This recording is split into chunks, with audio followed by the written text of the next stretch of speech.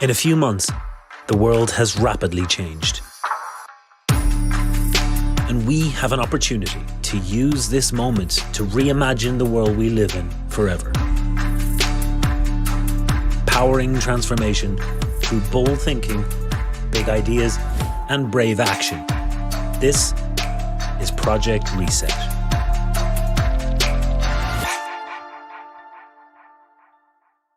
Hello, I'm June Sarpong and welcome to another episode of Project Reset brought to you by Mission Winnow. The COVID crisis has shed a light on the precarious state of our global supply chain. As is the case with many things to do with this pandemic, poorer communities are adversely affected. So what we want to do today is discuss how we can ensure that the new systems that are put in place do not negatively impact the poor, and what we can do also to build a much more sustainable future. I'm thrilled to have three of some of the best minds in this space. Joining me, we have Kip Andersen, writer and producer of Cowspiracy. We have William Higham, who's a consumer trends expert and behavioral futurist. And we are also joined by Ufuk Tarhan, futurist, economist, and author. So lovely to have you all with us today. How's everybody doing?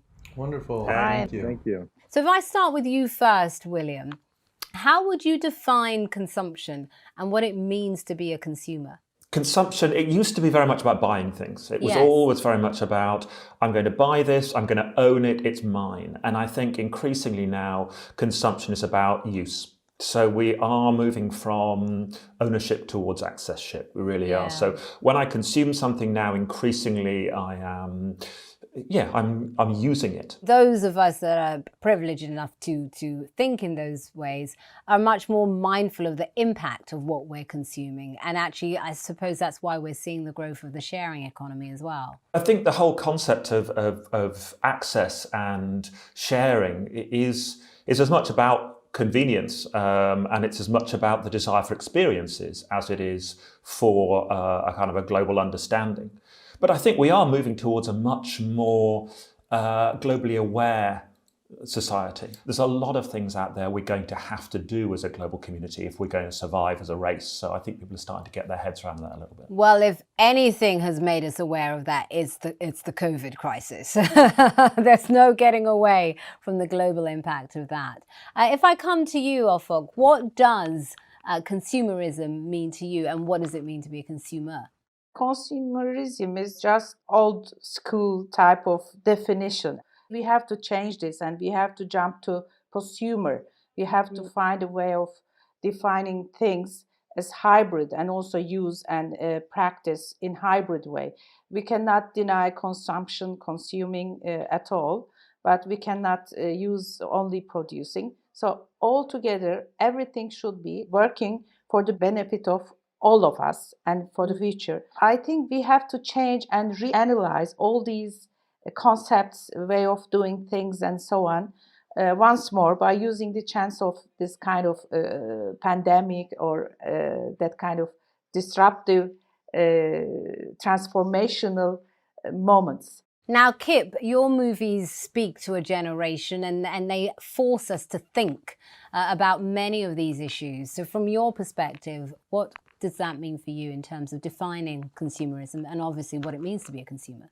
In the past, consumer meant, what do I consume? And in the time we're living now, it's such a global community, especially what's going now, it has to be, what do I consume for others? I would have to include others in the concept. And even before the COVID, these third world countries and people who don't have food access, a lot of the food access was happening even before this was happening due to a lot of land use being cleared to grow animals, that all the grain is getting grown to feed these animals, and the grain that should be fed to the lower class then gets fed to the animals are then fed to the higher class. So this has been going on for a long time. It's now accentuated from a pandemic that once again has arisen from raising and killing animals, debatable, but the swine flu and avian bird flu, nearly every single pandemic or some type of like this has been from raising and killing animals. So it's not only destroying land use, but then it's also creating these pandemics. So we have to stop it at the root cause. It's outdated, just like consumerism for myself, consumerism for other people, for other animals, for the planet.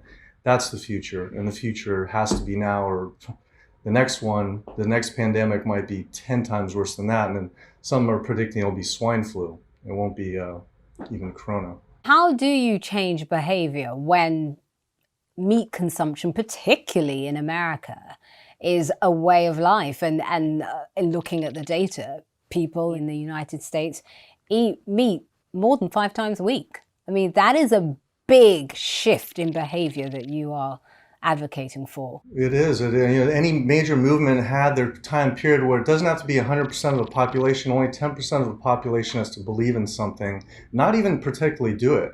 So back in the 50s and the 60s, through the women's rights movement, the civil rights movement, this would never happen. This would never happen. People back in the day had slaves. Back in the day, you couldn't vote.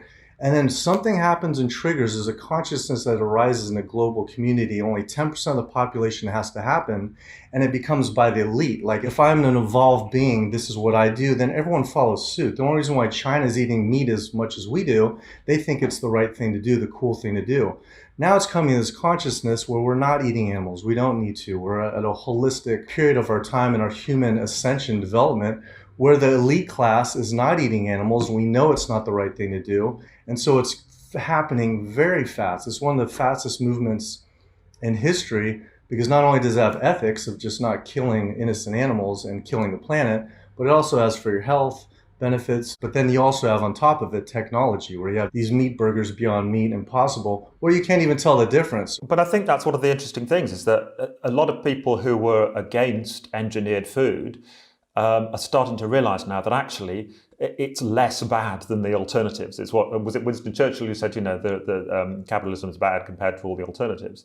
I think this is the issue, is that actually there are some problems with engineered food, of course, but compared to continuing to produce food in the level we have, it's simply unsustainable, literally.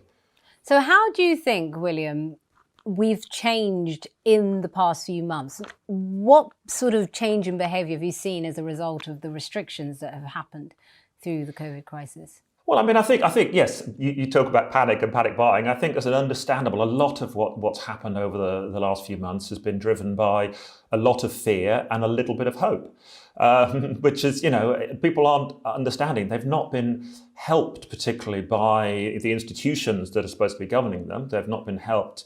They don't, we're seeing the levels of trust around institutions across the globe. If you look at any of the stats around that, if you look at the Edelman Trust Barometer, we'll see that the vast majority of people across 29 markets across the globe distrust all 4 main types of institutions right now. So there is a lot of distrust and therefore a lot of fear coming out of that. So what we're seeing 3 new needs coming up. Those needs are safety, serenity, and community.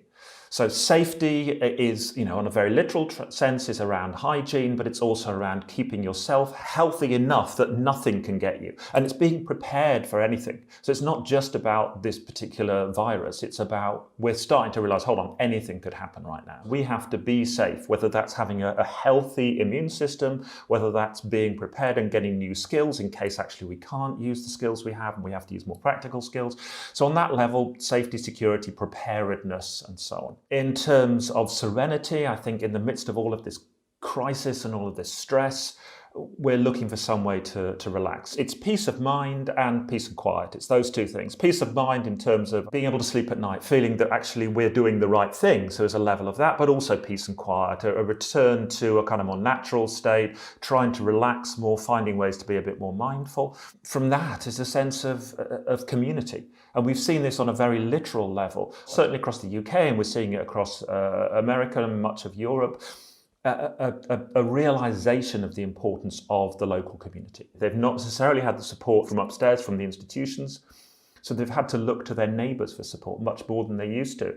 So, we've seen this. Local neighbourhoods increasingly important, and I think this is one of the keys to the future. In a crisis like this, you'd have thought, well, the important thing is to get enough money. No, the important thing is to have friends and family around us who can support us. And also I think there's a bigger focus on the wider community, because we know that the actions of the individual impact the collective way more now than even ever before because of how this virus in particular is spread. So we're thinking about each other in ways that we haven't done enough of. We are connected. This is, as you said, this is, there could not be a more perfect way of showing us how connected we are, not only nationally, but globally. The way we consume is mainly driven by convenience. And actually, because our health is at risk, we're having to find ways to not only go for the convenient.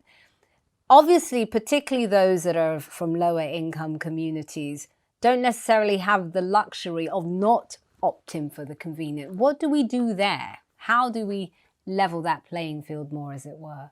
I think luxury will be more and more luxury in future, and the concept and the situation sharing and caring things will be most important issues for us, because we have seen that in a holistic way we are all connected and we are affecting each other, and we have to find solution for our basic needs, which is staying alive.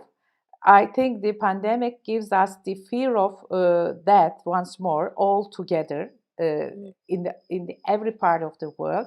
So the luxury and the consuming and the way of living, working, educating, learning, everything should be considered once more from scratch. And we have learned this by having high scare. Scare is a indeed very healthy feeling, because once we scare, we have to protect our health, whatever is. We have to act once we're scared, don't we? Yeah. I think this pandemic was a great test for all of us. Once we have been scared, and once we have been taught what to do all together, wherever you go in the world right now, when you ask what shall we do against pandemic, everybody will say three things: social distance, hygiene, and mask. Wear mask. And that has been taught within few months only to the whole world. So we have to use this potential of scaring, reaching people. It doesn't come to us nice, but that is working. The humanity, the people are so diversified. We are so crowded, and we have been so polarized. So we have to find a way to accept common goodness, and we have to find a way to act all together accordingly and quickly. And we cannot trust pure intelligence of humanity. That's why we are becoming data, all of us. We need to create new metrics, and to create these new metrics, we need to be data as soon as possible. We cannot give all these dangerous things to hands of people. We have seen that people, humanity, is not capable enough to use intelligence for the good way of humanity and environment and the nature. So I think the consuming, producing, all these are sub-issues when we consider to major need of transformation. Let's look more at the supply chain itself. We know that what it will mean, particularly for populations that are dependent on the income that comes from outsourcing and the sort of globalization approach that we've had for the past few decades, we know that they will be impacted negatively. However, the reverse of that also is, because we are now insourcing, there are communities that perhaps have been overlooked in our own countries who will now be able to have opportunities that they haven't had in the past. How do we get that balance of still having a form of globalization, but not to the extremes that we've had in the past, so that we're able to protect our environment, but also to still keep that connectedness that we've been able to have up until now? Connectiveness and environment is that I feel very strongly above localization. And, it's not that someone, I live in LA, they matter more than someone who lives in New York or someone who lives in Africa, that I won't, support that. It's about consciousness consumption and what does the environment. So if I have to get something that is in Brazil and it has a fossil fuel minima, to get here of something, But it's not destroying the rainforest, it's not killing animals, it's not destroying, maybe causing the next pandemic, but it's a conscious decision and it's supporting that community there. And not negatively impacting the indigenous communities, which we know a lot of the grains that we're all sort of consuming in large quantities are. Exactly. And then so it's the balance of that between, sure, I want to do that in my local community, but it's time to step up. What's more, the pyramid of what the importance is who is making that most conscious product, whether it's food or clothing or whatever. And that is so far superior to buying local. Buying local, I get a little frustrated with that, where as long as it's the local grass-fed, it's like the reason why I was in Costa Rica and they had grass-fed beef and they had local, and they didn't realize it destroyed 300 acres of their forested land rather than just buy something else that doesn't do that. So I feel that's the big thing, is the balance of who's creating the most conscious product. And that will naturally balance themselves out of who's doing what, no matter where they live in. With that in mind, taking much more of a 360 view on our consumerism, so that you're not just going for the easy cop-out, which is, oh, is it from my area? You're thinking in the round, how is this impacting all the various stages of the supply chain? Which I suppose is a lot to ask for from consumers, no? We are so interconnected that buying on the planet is buying local. You buy anything else, everything affects everything else. So it's just all about that very hyper-conscious decision. Everything I put on my plate, everything I put on my body, and especially at the time now, the scare, the fear has woken us up like, whoa, what's going on? How did this happen? What really is at the root of this? Now let's move forward. So it's happening. Globalism is one of those words, it's a tricky word because it triggers people. Something can be positive and global and negative and global. I think the economic globalism, has had a hugely detrimental effect on the poorest communities across the globe. But I think the idea of a kind of a global consciousness is a fantastic thing. Also, I think the thing with that is it allows us to know who is growing our food, or at least know where it's come from. But at the same time, still thinking about the bigger picture in terms of the impact that we have on the planet and the world itself, not just our own sort of nation states. So Ufuk, if I come to you, my question again is around affordability. How affordable is sustainability? Your average person, can they even afford this stuff? Let's be honest, it costs a lot more than the sort of overproduced factory model. We have to find a way to create a sustainable future. I think that is close to any kind of discussion. We cannot continue like this. Once they work for maximums or minimums, maximum sales, maximum production, we have to find a way, a good for future, good for really everything. Because we are all connected, and once we are serving for the scale economy, and the major concern was economy, then there is no way out. So we have to find a way for sustainable living conditions. Within 50 years, what we have done to the world.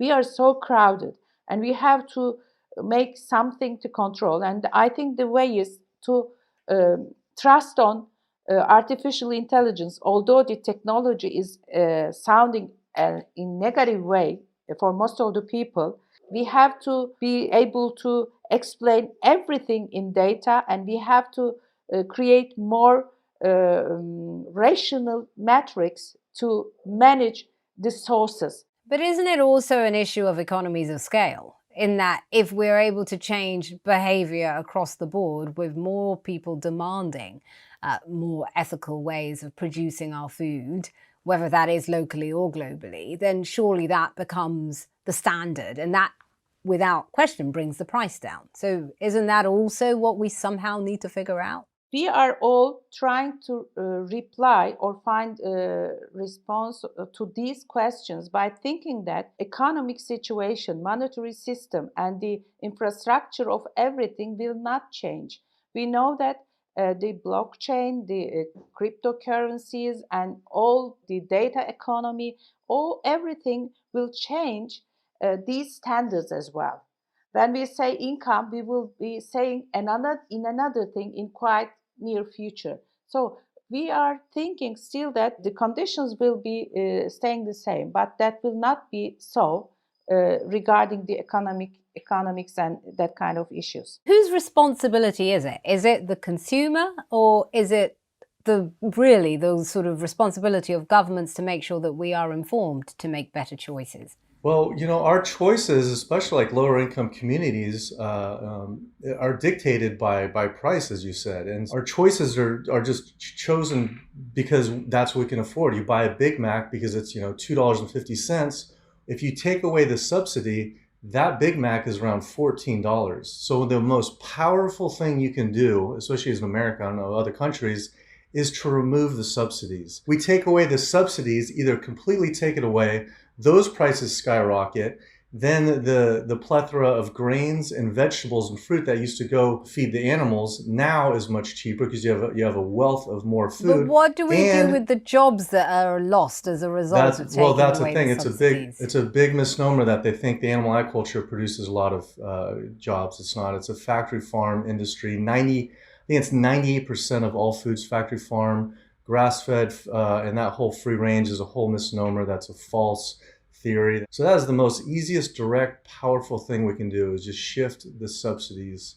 And it's a very realistic thing. So could I ask you, Will, I'd be interested to get your take on what we do with emerging economies that were on the rise as a result of globalization. If we look at what's happened in China in terms of the fact that they were able to lift 350 million people out of poverty in a decade, really because of globalization. Similar things were beginning to start happening in Africa and other parts of the world that are, again, sort of slowly moving into the sort of emerging economy bracket. What do we do there? Because if we are now expecting our consumers to be much more focused on what's going on internally, as opposed to looking at consuming globally, what does that mean for the global economy, and actually the impact that has on us all when there are economies that just will be stalled as a result of this new way of doing things? Seeing some of the emerging economies as almost being kind of the servants of the feeders of the West, I think is dangerous. I think most of these societies are perfectly capable of self-sustainment. If we don't see it as a global system whereby certain countries are feeding other countries, if we look at cities or states as, how can you actually sustain that? How can you create a sustainable society where you grow or manufacture the food you need, and then you find a way of sharing that, as Ufuk said? I think give these emerging markets the opportunity to sustain themselves. I think that's where it's going to come from. We know food wastage in the West is such a huge problem. What are we going to do to get a handle on it? Because it is absolutely unsustainable in terms of behaviour patterns. We need to ensure that actually food waste is not economically and financially sustainable. And if we do that, then we can find, then it's less likely to exist. If people could afford to waste food, then there's something seriously wrong here. So I think we have to look at that. So I think on that level, I think we have to look at the way that people are allowed to make money. I also think one of the ways, if we look at what's happened, certainly in the UK, and I believe it's happened in certain other markets as well, when I'm thinking about what I put in my bins, if I'm thinking about that and I'm recycling, how have you got me as an individual, how have you got the vast majority of the UK to recycle? It's become socially unacceptable not to recycle. That's the point. We've got, people are worried about Big Brother. I think what we've got is we've got huge numbers of little brothers and little sisters going around and checking out, hold on a second, are you not recycling? Yeah. Nobody can say now, oh yes, it's part of a huge, it's part of that kind of shift towards sort of conscious consumption. A few hundred years ago, we were being driven by religious motivation. We did this because we thought we'd get something out of it in the afterlife. The last 100 years or so, it's been a consumerist. We've been driven because we've thought that owning things would make us happier. increasingly we're shifting towards, away from a consumerist society towards a more communalist society. We're actually increasingly care about what people think of us. If what your peers thinks about you is actually what drives you forward, then that's a great opportunity to push some more socially acceptable things. I think it's a fantastic opportunity. Are we at a risk of creating a pandemic or an epidemic in terms of the food shortages? Because the world is in lockdown. We know so many economies have stalled. Has the response perhaps even made things worse? Yeah, I think we are just against the threat of hunger. And we have to define what is healthy nutrition, how shall we feed ourselves and feed the environment, and everything should be redefined. We know that in 2050, the world population will be 10 billion. So we are not stopping here, and we are creating waste. And so we have to eliminate waste. We have to find ways, continual use of sources, but that would not be enough because we have destroyed our environment, ourselves, and everything so terribly. So we have to, as we have said at the beginning, very quickly find new ways by using the advantage of technology. We have to use this big power to redefine everything. So I think the solution will come along with technology, the increase of AI, although many people are thinking the reverse. If we use them effectively and more intelligently, we can find better ways to sustain our old systems. The heading of this whole series is kind of, about talking about a reset. And I think this whole idea of the big reset, the great reset, it really is something that I think we'll see coming out of this. I don't think suddenly we're going to have this automatic change where everyone's going to suddenly become more sustainable and so on. But in terms of a shift, it's like we were running a technological and a financial marathon, and we were just pumping ahead. And I think Ufuk mentioned this rush, and I think we've been rushing forward for decades now, thinking that the idea of success is about going forward and getting more, and economic growth and all of these areas. And actually, I think before even the COVID, I think people were starting to go, are we absolutely sure this is the right direction? We're rushing forward. Is this where we should be going? And I think COVID has actually, it's forced people to stop. And I think if you stop, that's when you start thinking, well, which direction should we be going in? And so I think we are starting to see more and more people saying, actually, I'm reassessing what matters to me. Does it actually matter more that I'm happy as opposed to successful? They're asking themselves different questions. Yes, but they're looking at, is this helping me? Am I happier now because of what I own and because of what I earn? And we are starting to see, as I say, this whole idea of saying maybe we shouldn't rush forward, maybe we shouldn't be rushing at all. One of the biggest movements we've seen recently has been kind of the slow movement, which obviously began with food, with slow food back in the 1980s in Italy. But we've seen an increasing kind of slow leisure, we're seeing more and more, with the shift towards or back to vinyl. Increasingly, it was about gyms, were all about, HIIT, this hard, fast gym work. And increasingly, we're starting to see people going, no, you know what? Actually, I can get in better shape by walking. Did they have it better back then? Should we have this sort of society? Is this the right society, or was it better back in Mesopotamia? Ufuk, do you think sometimes when it comes to this issue, and you are a futurist, do you think sometimes we focus too much on the future and less on the now? Because unless we change now, we will not have a different future. What we do today is what determines what happens tomorrow. We are in this situation because we thought future less. I think it is again the same everywhere in the world to use futuristic type of words. And people are just talking about designing the future. We need balance. And we need, the reset concept is really very, very nice. I liked it very much. And we have to reset and we have to rethink in a better way what we're doing. So we have to look forward much more intelligently by using the advantage of technology. I'm not saying this. We have to keep up with technology only, or we should be just humanity. We have to find a way to compromise, including everything surrounding us.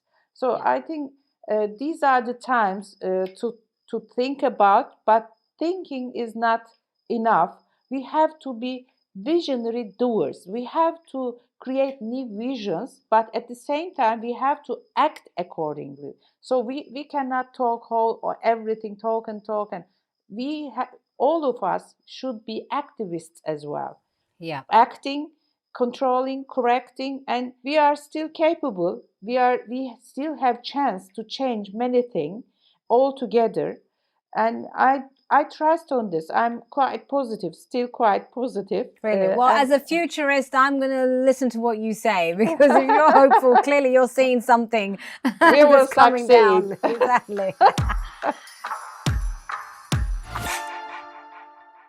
Do we think that governments need to legislate around this issue? And what does the future look like in your eyes? Should we all be vegan? So we have to look at our collective human beings as almost like a business. I'm an entrepreneur as well. And when a business or something has gone awry, we have to stop. And we have to say, what is our mission statement? What is our mission statement? I'm talking not the past 50 years, 100 years. Why are we called human beings? Human stems from humane. Human is a relation of a being that separates from all the animals, that it's how we relate to others. And what's happened is that we've gotten so far away from that, what a human being means, that it's not about ourselves, it's about how we relate to others, other beings, and all life forms, that all we have to do is get back to that mission statement. It's like, oh yeah, we are part of the animal kingdom. We're not separated from it. We are part of it. Once we get back to that we are an animal, then we remember, okay, we're part of the earth. Okay, now let's move forward. What side of history do you want to be on in the future? And the time is now to make the decision. So absolutely, it's to be vegan. It's not the end all be all. It's the first step. With a lot of the examples that you've cited there, legislation made the big difference in terms of moving people quickly. Legislation typically comes after public opinion has grown. No government will pass legislation unless it specifically benefits them, but no government will pass legislation that will not gain them votes on the whole. But sometimes you have brave leaders, though, don't you think, William? Maybe. I think maybe you have more belief in government than I do. Okay, sorry. I think that's the issue. I have less trust in national governments. Legislation is a vital part of change, absolutely, in anything, from the workplace through to society and so on. So legislation is essential, but I think we do need to change public opinion, and I think we can do that. The systems need to change, and again, I think we've touched on this. I think this whole idea that people are less trusting of federal and national governments and global governments, and more trusting of local governments typically. I think this sense that we are increasingly going to be looking more towards our local communities and having more self-sustaining, more autonomous communities, I think will potentially help. If you realise that your behaviour could adversely affect your neighbours, then I think you will get involved. And I think who will make the legislation of the local communities? It will be individuals coming forward. The latest two generations, the youngest generation, Generation Z and Generation Alpha, as we're calling, these are two generations that understand the link between global sustainability and human life. This young generation is interested in how do we build a new society post-reset, post-COVID, post-financial collapse. As consumers, what is the best action we can all take towards a better future? We know we're going to come out of this crisis at some point. We know we don't want to come out of it the same as we were before. So what should we all be doing? Is there one thing that you think that if everybody on the planet did this one thing, we would help move the needle so much further forward? I wish I could really know this, but I have an idea. I think Kip touched this very nicely. Till now, we lived in a world that is so standardized. We have Yeah. been taught if you are educated, not if you are educate yourself. If we educate you in that way, you become Yes. that. And if you trust on the system, everything will be so nice. And we have been derived and we have been manipulated, and we used to live out of our own body and out of our own mental or intelligence. So I think all of us, we have to come back to ourselves. This Yeah. self-realization, self-awareness, self-everything, autonomy. Before giving autonomy to technology, we have to realize who we are. We have to really think what we are doing. So I think if every one of us look at in our sides, I think we will be much more better, and then we will be collectively create a much more better future. Kip? To decrease to, if anything, eliminate the chance for another pandemic, whether it's this one or swine flu, to get our gut biome healthy, for our health to thrive, to have the air clean, our rainforest back, our rivers back, our water back, our wildlife back. The first step is going vegan. It's all a karmic cycle. Once we do that, collectively, we'll see a huge transformation. And it's happening now, thankfully, so might as well jump on. All right. Thank you on that, Kip. And William? Kip's absolutely right. We have to remind ourselves of our humanity. We have to remember that we are humans and we are a human community on a planet. We have to think global and act local. And I think we have to look at what's happening in our local communities, and we have to help on those. And I think if people can, people want to be able to help, but they say, well, how can I help the planet? I think they have to say, okay, how can I help the people around me? Whether it's my friends, my family, my neighbors, and then we'll all start doing that. I think that is a big issue. Let's try and fix some of the small problems around us, and ultimately we can move towards a globe that's interconnected, self-sufficient communities that are doing the right thing. Thank you all so much. Ufuk, Kip and William, it's been an absolute pleasure speaking to the three of you. I feel I have learned so much, and really just the sort of focus on our shared humanity and how the behavior of the individual impacts the collective. So thank you. What a joy, what a pleasure. That's all from us on this episode. Of course, the world is changing radically and rapidly. We all have our views and we want to hear yours. So if you want to get involved and be a part of the conversation, please do get in touch with us via our social media channels. And of course, you can hear more episodes of Project Reset at our website as well.